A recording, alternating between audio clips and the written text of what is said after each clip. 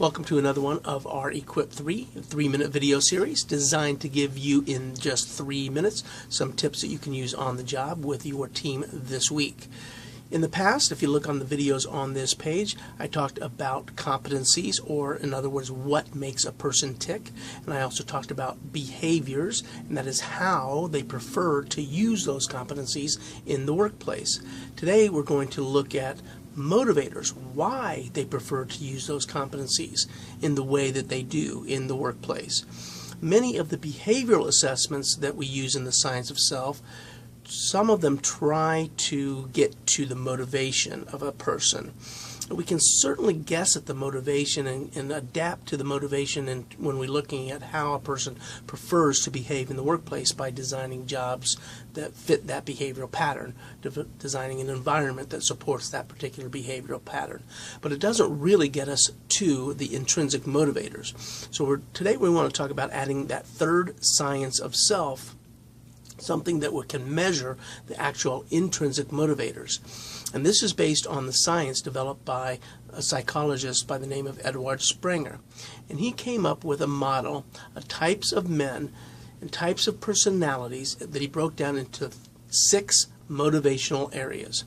So the first motivational area is the individual or political. He called it the individual or political.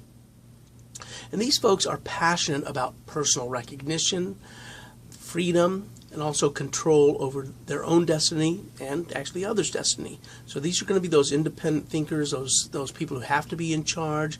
If you can't be in charge, then we're going to want to have that freedom, that kind of just let me alone and let me achieve on my own.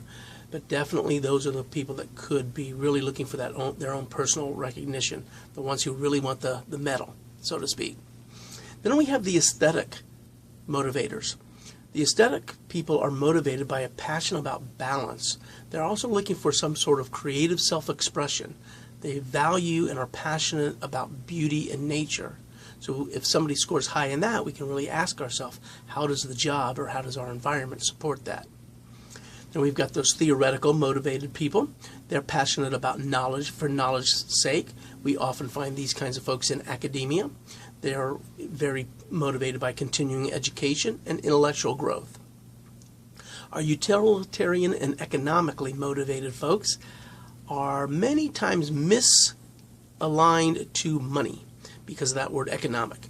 And many times we think that they're motivated by money. And money definitely can be part of that for the utilitarian economic.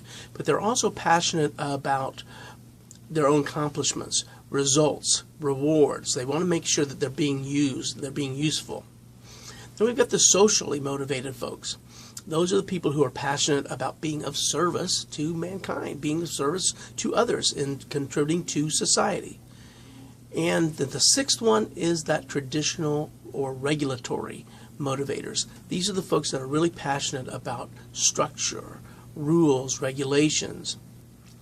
So when we assess for these, and we have the science to do the assessments to really reveal the preferred motivators of individuals, now we can really ask ourselves as managers and leaders, how do I really motivate this person? I might know what their skills are.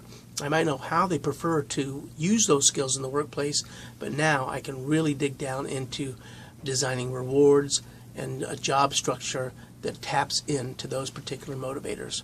So thanks for spending time with me today. Look forward to having you on the next Equip 3.